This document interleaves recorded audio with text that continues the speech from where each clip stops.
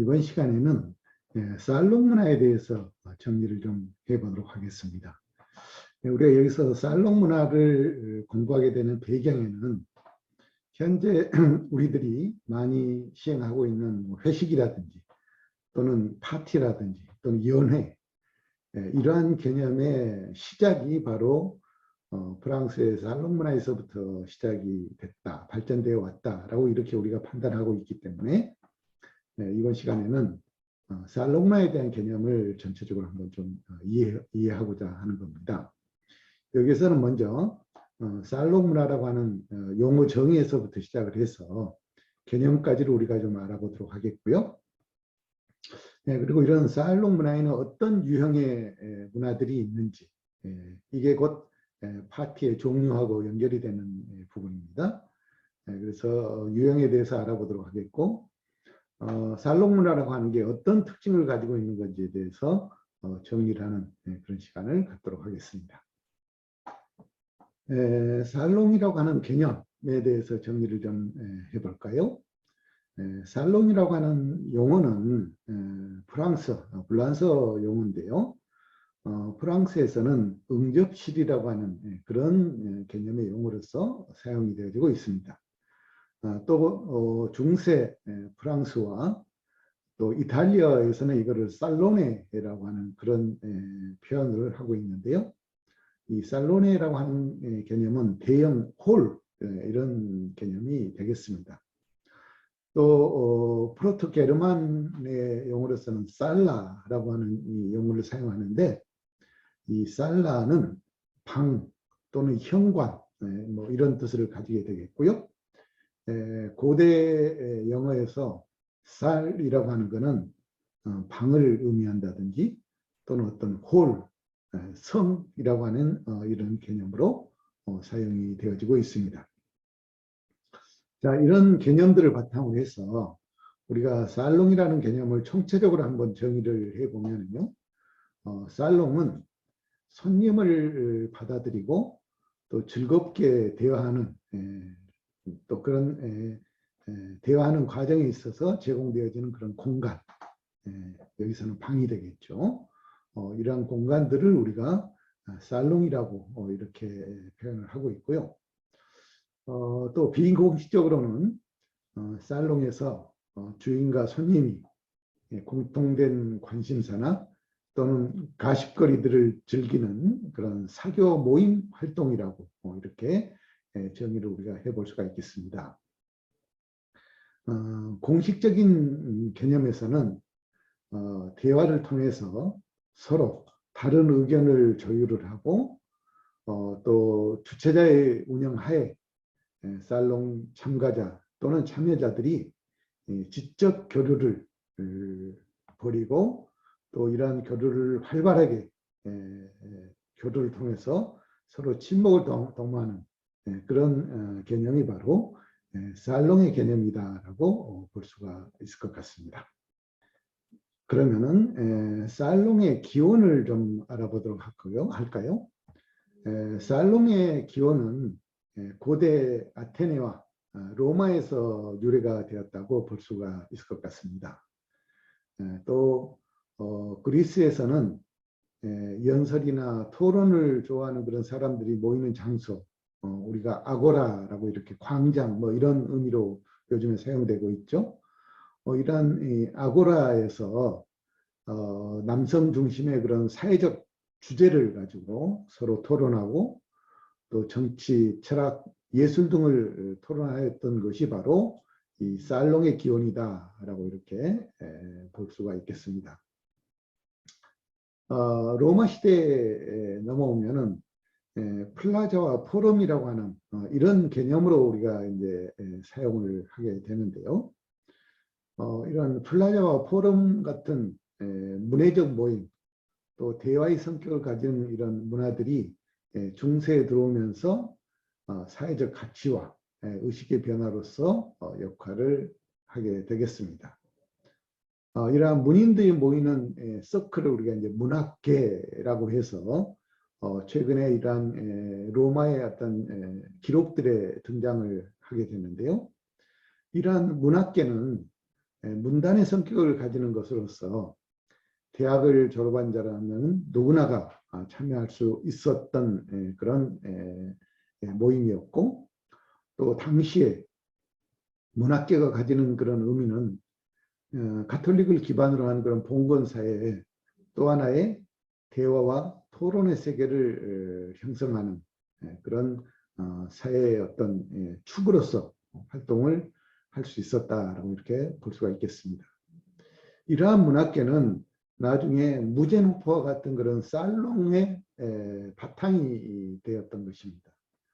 그렇다면은 무제노프라고 하는 것은 무엇일까요? 시신의 궁전이라고 이렇게 불렀는데요.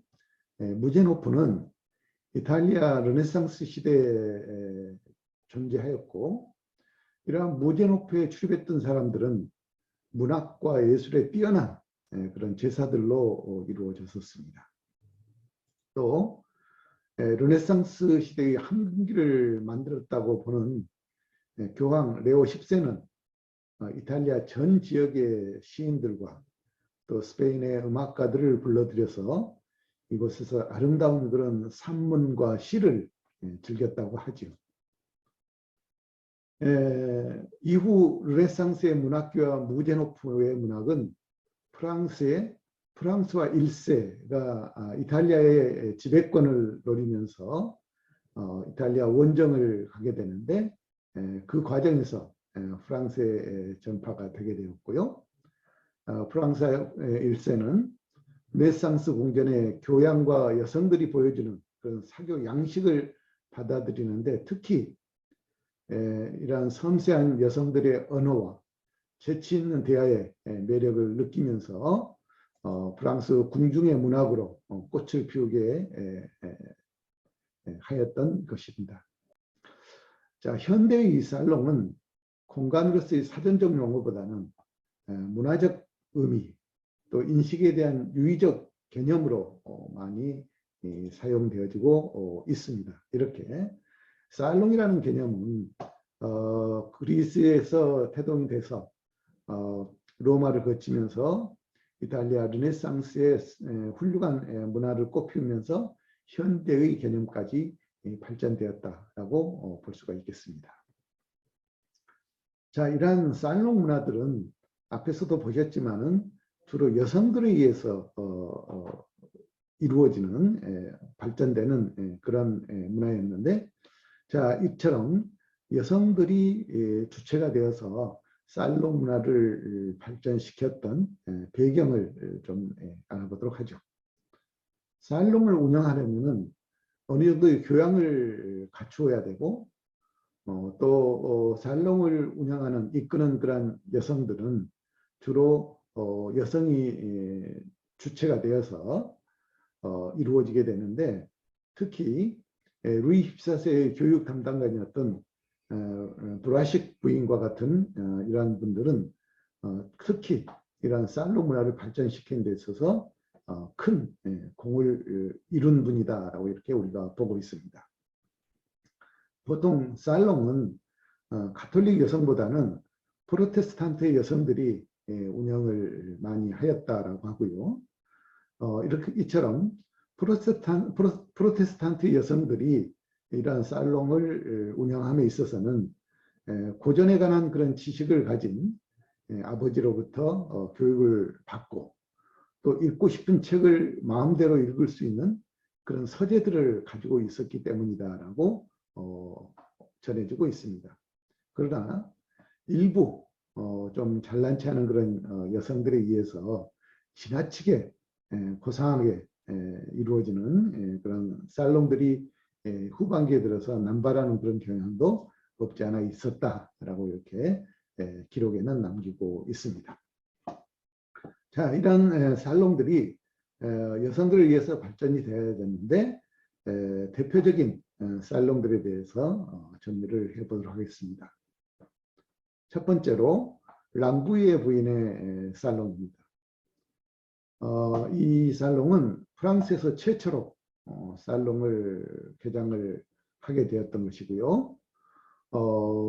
랑부이의 살롱을 주로 운영함에 있어서는 그 당시의 사회적 분위기가 전쟁을 통한 그러한 오랜 기간의 전쟁을 통해서 매우 사회적 분위기가 격렬하게 이렇게 이루어지고 있고, 또 여러 가지 좀 거칠은 그런 사회 문화가 이루어지고 있는 것에 대해서 이거에 대한 좀 반대의 개념으로 격렬한 이런 분위기에서 탈피를 하고 좀 부드럽고 또 섬세하고 자유스러운 그런 내면과 또 품위 있는 그런 분위기를 이끌기 위해서 이러한 살롱들의 역할을 많이 하게 됐던 것이고, 그 과정에서 랑부이의 부인의 살롱이 최초로 살롱을 오픈하면서 이러한 역할을 주도하였다라고 볼 수가 있을 것 같습니다. 이 랑부이의 부인의 살롱은 16세기를 거쳐 17세기로 가면서 이탈리아나 또는 스페인에서 유행하는 그런 살롱의 생활의 모델로 이렇게 작용을 하기도 하였습니다. 자, 다음으로는 조프랭 부인의 살롱입니다. 이 조프랭 부인은 철학하는 그런 시민 계급이었고요. 다른 살롱의 여성들과는 좀 달리 매우 순박하고 또 겸손하고 또 교양이 있는 그런 여성의 분위기를 풍기고 있었다고 합니다.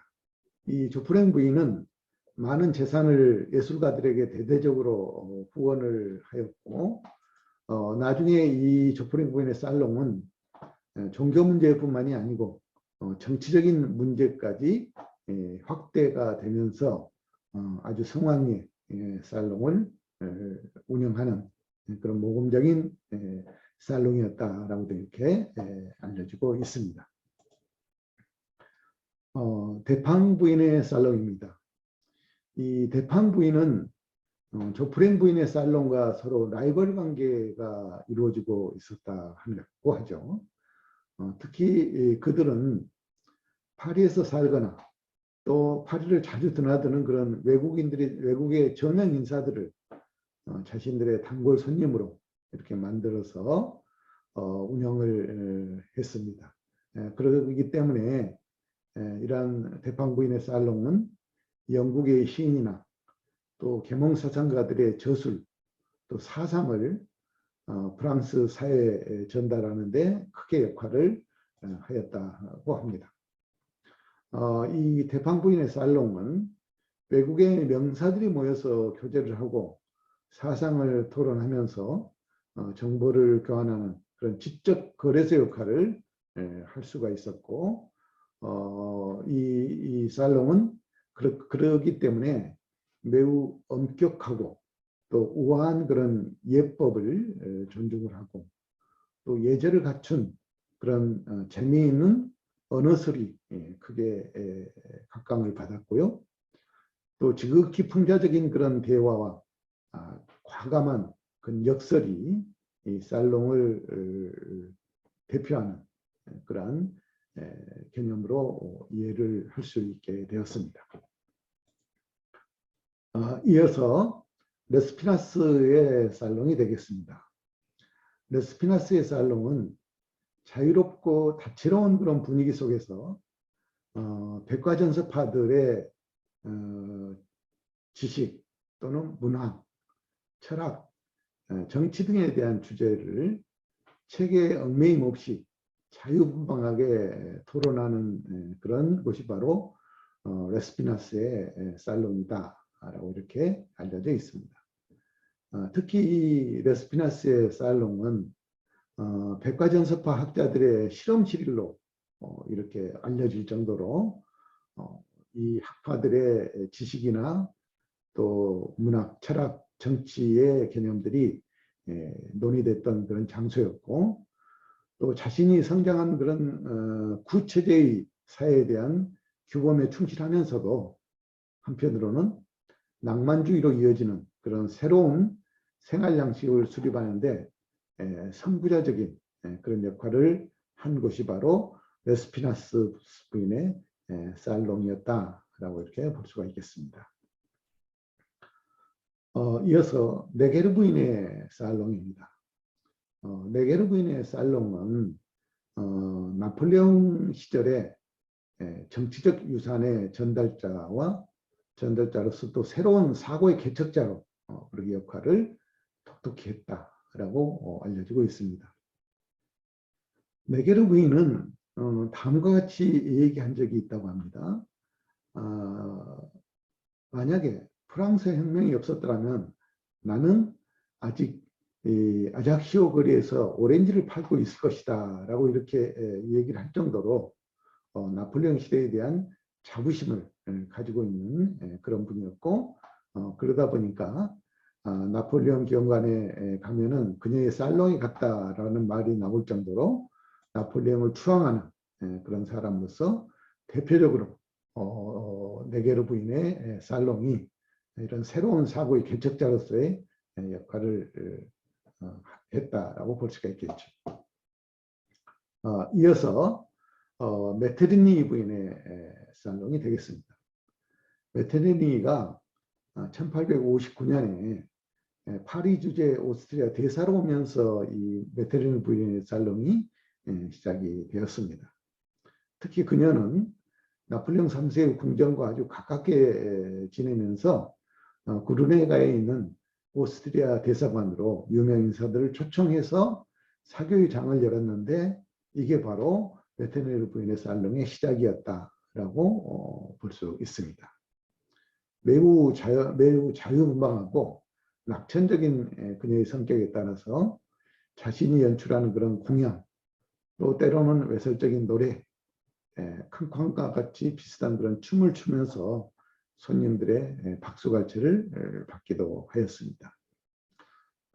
이 메테르니 부인의 살롱은 프랑스 여성들에게 정신적 활기를 불어넣으면서 또 현대 살롱 문화의 발전에 기여한 바가 매우 크다라고 이렇게 볼 수 있겠습니다.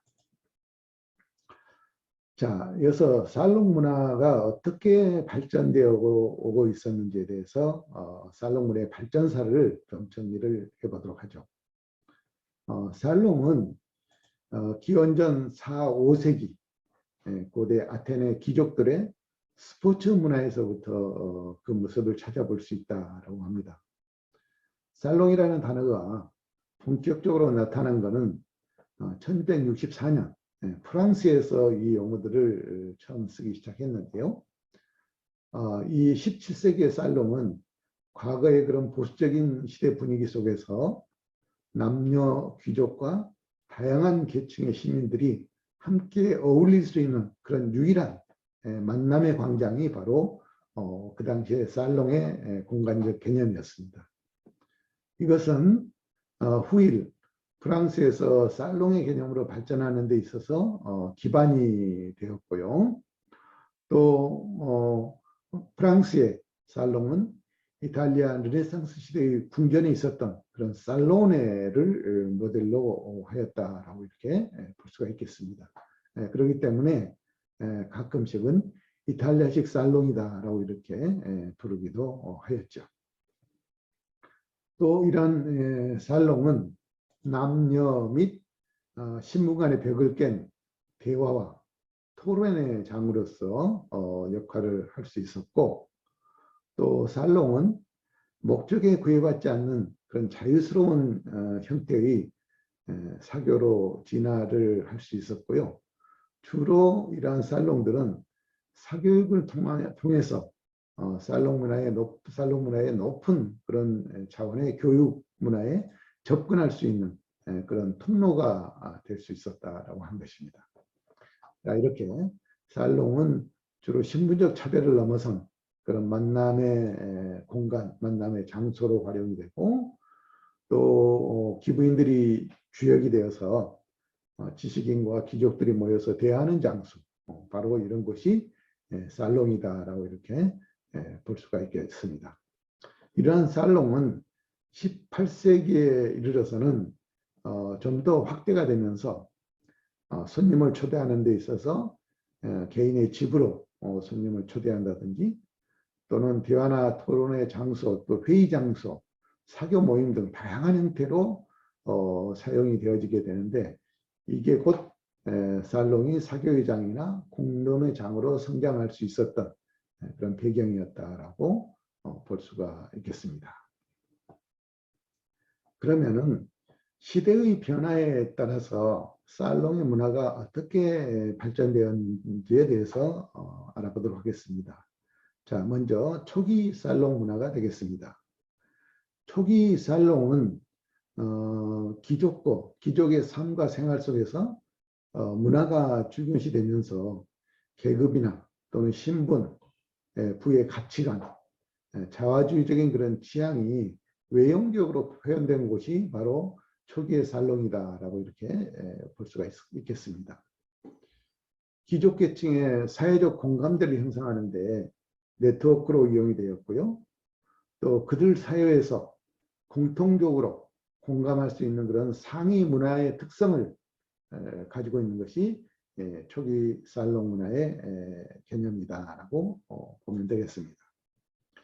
자, 근대에 넘어오면은 근대 살롱 문화는 남성 중심의 그런 계몽 사상의 정체성을 확립하기 위해서 살롱 장소를 주택 밖으로 영역을 넓히는 것이 바로 근대 살롱 문화의 차이점이다라고 볼 수가 있을 것 같습니다. 즉 사회적 활동이 내부적인 취향보다는 인식이라든지 지식의 취향 등을 통해서 전체주의적인 그런 집단 가치관을 가지게 되면서 살롱이 근대적 문화의 특징으로 작용되게 되고 공간을 외부로 넓히는 그러한 배경이 될 수 있었다라고 볼 수 있겠죠. 이어서 산업혁명 이후의 살롱의 문화는 이 산업혁명이라고 하는 개념 자체가 부르주아 중산층의 경제활동을 촉진시킴으로 인해서 새로운 계급계층으로 부르주아 계층들이 태동하면서 나타나는 그런 문화현상이고 당시 시대상이다라고 볼 수가 있겠습니다. 자, 이러한 부르주아 중산층들은 전반적인 사회 변화를 통해서 공동체, 또 질서, 규범을 지키면서 시민 계층을 확대시키는 그런 역할을 하게 되고 또 대중적인 그런 공공 영역을 확장을 통해서 인간 사회를 발전시키는 방향으로 사회가 변하는 과정에서 이러한 살롱 문화가 공헌한 바가 크다라고 볼 수가 있겠습니다. 또한 공간이 외부로 분리되면서 예술이나 교육, 정치, 경제, 과학 등의 주제에 따른 독립된 그런 분야로 살롱 문화가 확장이 되면서 고급 문화와 대중 문화가 수평적으로 서로 교류하게 되고 양면성을 가진 그런 정체성을 확보하는 그런 계기가 바로 산업혁명 이후에 살롱 문화로 우리가 대변할 수가 있겠습니다. 자, 20세기에 들어오면 사회가 급격하게 발전하면서 방송이나 교통, 인터넷망의 발달을 통한 글로벌 네트워킹, 디지털 문화가 사회 전반을 휩쓸게 됩니다. 오히려 이러한 과정에서는 대화보다는 문자가 오히려 고부가가치의 그런 고급 지적 활동을 이루게 되는데 바로 이러한 매체들을 통해서 네트워크 살롱 형태로 형성되는 것이 특징이다라고 볼 수가 있습니다. 이러한 20세기의 살롱은 일방적인 형태의 대중화된 그런 가상의 모임 문화보다는 한계성을 가지고 있음으로 인해서 오히려 문자를 통한 활발한 그런 살롱 문화를 발전시킴으로 인해서 초기 살롱보다도 훨씬 더 활발하고 적극적으로 이러한 살롱 문화가 발전될 수 있었다라고 볼 수 있죠. 현대의 살롱은 이러한 20세기의 디지털 문화의 영향을 통해서 매우 폭발적으로 살롱 문화가 증가하면서 개념 자체도 확대되고 있다라고 볼 수가 있겠습니다. 이러한 현대의 살롱은 실질적 만남의 살롱 문화가 활발하게 이루어지고 있고요. 또 문화가 시대에 따라서 다르게 해석되어지듯이 살롱 문화도 다양한 그런 특성 문화를 가지게 됩니다. 이러한 살롱 문화들은 과학과 정보의 발달에 힘입어서 지금에 와서는 일반인들에게 쉽게 접할 수 있는 그러한 대중성, 또 실용성, 독창성, 개별성 등을 대별하는 그러한 형태로 살롱 문화가 발전되고 있습니다. 이러한 살롱 문화의 형태, 유형을 살펴보도록 하겠습니다.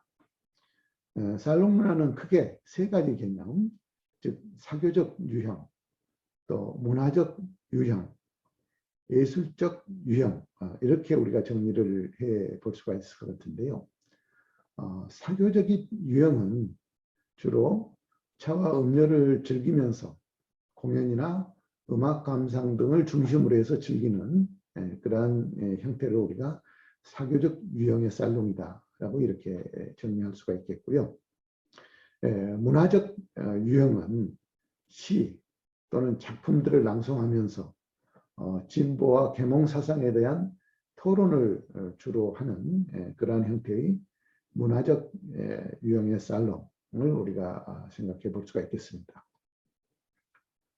또 예술지향적 살롱은 주로 공연을 중심으로 한, 공연을 위주로 한 그런 즐김을 통해서 상호 커뮤니케이션 하는 그런 개념이 바로 예술지향적 유형의 살롱이다라고 보면 되겠습니다. 자, 그러면은 이러한 살롱은 어떤 특징을 가지고 있는가를 살펴보도록 하죠. 먼저 살롱 문화의 기능에 대해서 정리를 해 보도록 하겠습니다. 문화라고 하는 것은 인간이 자연 상태에서 벗어나서 일정한 목적 또는 이상을 실현하는 그런 활동 과정 속에서 이루어지는 그런 모임 공간이다라고 볼 수가 있겠습니다. 이와 연관돼서 살롱은 시대의 모든 사회문화 활동을 유기적인 관계에 의해서 집합된 그런 모임체다라고 볼 수가 있겠고요.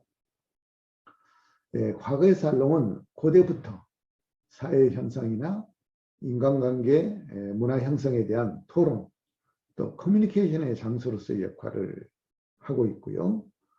또 인간과 인간의 관계적 움직임을 형성하는 데 있어서 이 살롱의 모임 또 활동의 교류가 활발하게 이루어지는 그런 기능을 가지고 있습니다.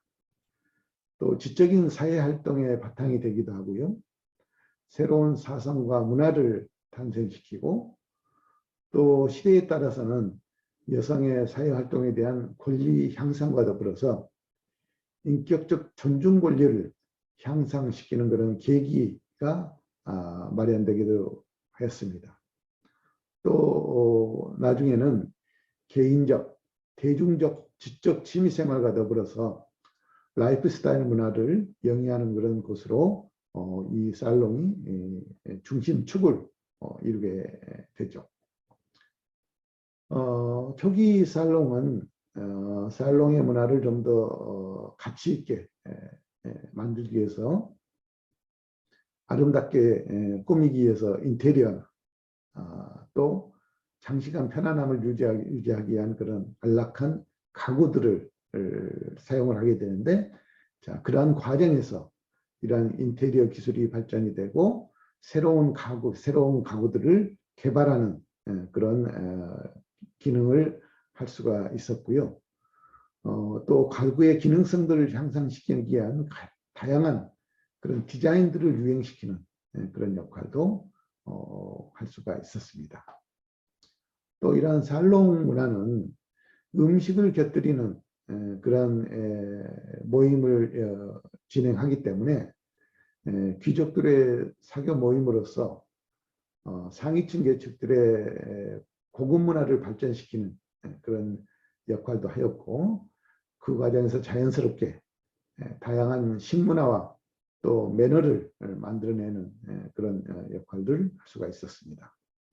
또 살롱은 시민혁명의 기틀을 마련을 하면서 부르주아 계층에 대한 경제활동의 중심지가 되었던 것이 바로 이 살롱이고 살롱 문화의 큰 기능적인 측면으로 우리가 이해할 수가 있겠습니다. 마지막으로 우리가 살롱 문화의 특징에 대해서 정리를 해보도록 하겠습니다. 살롱 문화는 크게 세 가지로 우리가 정리를 해볼 수가 있을 것 같은데요. 첫 번째가 여성 문학의 살롱, 두 번째가 사교 문화의 살롱, 그리고 세 번째가 엘리트 문화의 살롱, 이렇게 우리가 정리를 할 수가 있겠습니다. 첫 번째, 여성 문화의 살롱이 되겠습니다. 프랑스 사교 문화에 있어서 살롱은 여성들이 주축을 이루고 있었죠. 또 이러한 여성들은 모두가 명문 귀족의 여인들이었다라고 하는 것입니다.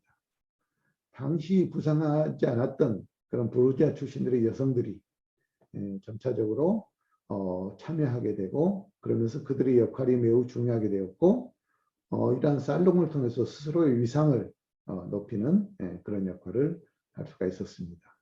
또 남성 지식인들과 사교계 인사들을 불러 모으는 사회적 유대성을 발휘할 수가 있었고요. 이러한 과정에서 특히 이 앙리 4세 시절에는 이러한 여성 문화의 살롱 문화가 더욱더 활기를 띠게 되었다라고 볼 수가 있겠습니다. 자, 살롱 문화의 특징 두 번째로서는 사교 문화의 살롱 문화가 되겠습니다.